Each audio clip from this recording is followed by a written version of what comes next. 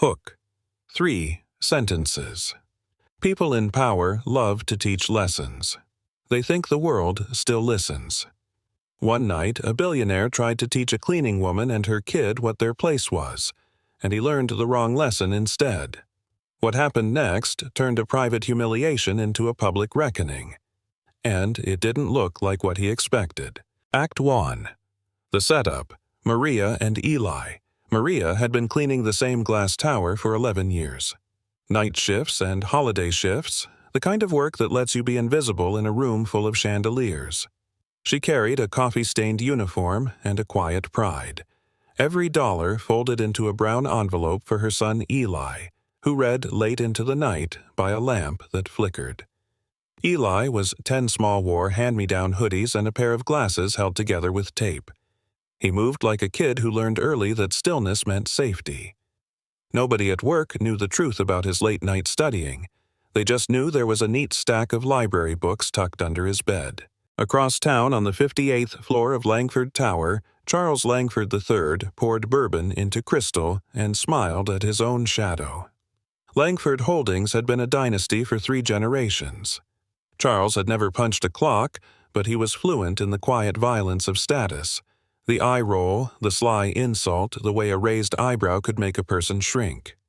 He collected trophies for high-stakes games, hired private coaches, and taught his dinner guests how to laugh at other people's misfortune. This was entertainment. Cruelty dressed up in leather chairs. That night should have been a private joke. A wine bottle shattered after a careless gesture.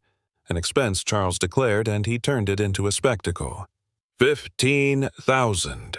He said as if pronouncing a sentence. He meant the cost, but he meant the humiliation. Cameras flashed. Someone streamed from their phone. The security guards watched with folded arms. Maria stood by, shoulders trembling, counting the 12 years like a ledger. Eli stood frozen next to her, small, and a witness to the way language could wound. Act 2. The turn lessons taught in secret what nobody in that penthouse knew, and what Maria never found out until her knees gave way under relief and anger both, was that Eli had learned a different set of lessons at home. His grandfather Frank had taught him poker the way a teacher hands down scripture. Frank was a World War II veteran who gambled in basement rooms and back alleys when there was no table for men who looked like him at the front. He lost, and he won. He got beaten for it, and when cancer took him, he handed Eli every trick he had. The math that tells the patience of waiting for the exact right moment. Poker's not about the cards, Frank would say, his bony fingers dealing with the precision of a surgeon. It's about the person holding the cards. Their breath, their eyes, the tiny lies their body tells. Eli memorized the numbers like prayers. He practiced pot odds with dried beans, calculated implied odds while washing dishes, and learned to sit like a statue while storms of feeling flashed across his chest. The watch Frank pressed into Eli's hand before he died stopped at 3:42. Eli never wound it again. It stayed there, a frozen minute, a promise. Back in the tower, Charles circled Maria and Eli like a shark tasting the scent of fear. He proposed a wager. One hand, heads up, Eli versus him. Win, Maria's debt is gone and she keeps her job. Lose, the debt doubles, and she works without pay until the number is settled. He smirked and called it generosity. Everyone laughed the right way. Nobody asked if the kid on the second-hand hoodie had a brain in his head. But Eli felt the weight of the promise the watch remembered. He stepped forward, quiet. "I'll play," he said. His voice didn't shake. They sat at the table that was made to look like the world green felt mahogany chips stacked like little towers. Charles dealt confident, a man who'd always needed others to feel tall. The crowd treated it like theater. They wanted humiliation catharsis, a script where the mighty humiliate the meek and the order of things stays intact. Eli didn't flip his cards open. He watched Charles instead. The way he touched his chips when nervous, the twitch in his left eye when he tried to bluff the breath hitch, when he lied to himself. These were the things Frank had taught him to hear. When the flop landed, 4, 5, 6 on the board, most people saw nothing but drama. Eli saw possibility. He had 7-8 in his hand, an open-ended straight draw, and 2 spades. Frank's lessons marched in his head, count the outs, trust the math, become a statue. Charles pushed a big bet, the classic bully move, and the room smiled, waiting for the kid to fold. Eli called then, when the stakes rose, pushed all his chips forward, all in, $28,000. The room inhaled like one being. Act 3, the payoff and the reckoning. The turn card came and Eli didn't flinch. It was a 9 and suddenly the straight was Rio 5, 6, 7, 8, 9. 2 cards later, the river was a blank to Charles, a low club that changed nothing. Eli set his cards down with the simple dignity Frank had taught him, straight, 9 high.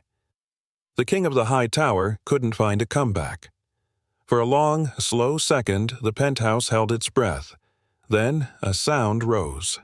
Not laughter, but the single decisive clap of an old security guard who'd played cards in basements and could read a life when he saw it. Others joined. The applause swelled like rain. Charles screamed that the deck was rigged, that someone must have cheated, but the room had shifted allegiances. His son, Owen, used to being scolded at every dinner, could not meet his father's eyes. Claire, the assistant who had written memos and taken insults, approached with a folder that changed everything. Emails, recordings, witness notes she'd kept for years in a shoebox waiting. She slid it across the marble like a verdict. "I documented it," she said, dry and gentle, "and I'm done keeping quiet." The clip hit the internet like a meteor. Within hours, thousands were watching. Within days, millions. The hashtags spun out of control, and the board called an emergency meeting. Clients pulled their money away not because they loved justice, but because the optics were poisonous. Within a week, Charles Langford III was asked to step down. The man who'd built a dynasty by making others small found himself isolated, his power evaporating in public outrage and corporate risk calculations. But the aftermath wasn't about vengeance. Maria hugged Eli like someone who had finally learned to breathe. Journalists called, universities called, not for the spectacle, but for the mind. Offers came for Eli to study to enter programs for young prodigies, proposals that could map a life he hadn't known he could ask for. Eli and Maria made a choice. They turned the attention into something that would outlast clicks. They opened Frank's Table, an after-school program in their neighborhood, folding tables, cheap decks, plastic chips, a place where kids learned math through pot odds, strategy through hands, empathy through reading another person. It was the opposite of the penthouse, no velvet, no trophies, only the slow, demanding work of teaching kids how to trust their eyes and each other. Claire quit her job and now consults on stopping toxic workplaces. Owen, the son, quietly funded the program as if making amends could be done with a check and weeks in therapy. The story ends, and it doesn't end. Charles's fall was fast. The kids' futures were carefully stitched. But the real discussion lives in that pause at the table. When dignity meets contempt, when a child's quiet study becomes an instrument of truth. Did justice happen? Was it merely spectacle? Did the internet do what institutions would not? Those are the questions that stay in people's throats. So, here's what I want from you. Tell me what you think. Was the billionaire exposed and rightly held to account? Or did the internet play judge in a way that's uncomfortable? Have you ever seen someone dismissed and then reveal a hidden life that rewrote the room? Drop your story below. Tell us the moment you watched the script flip. If you felt something, anger, joy, confusion, say so. Hit like if you believe people deserve a seat at any table. Subscribe if you want more stories about quiet resistance, and share this with someone who needs to see that intelligence wears many faces.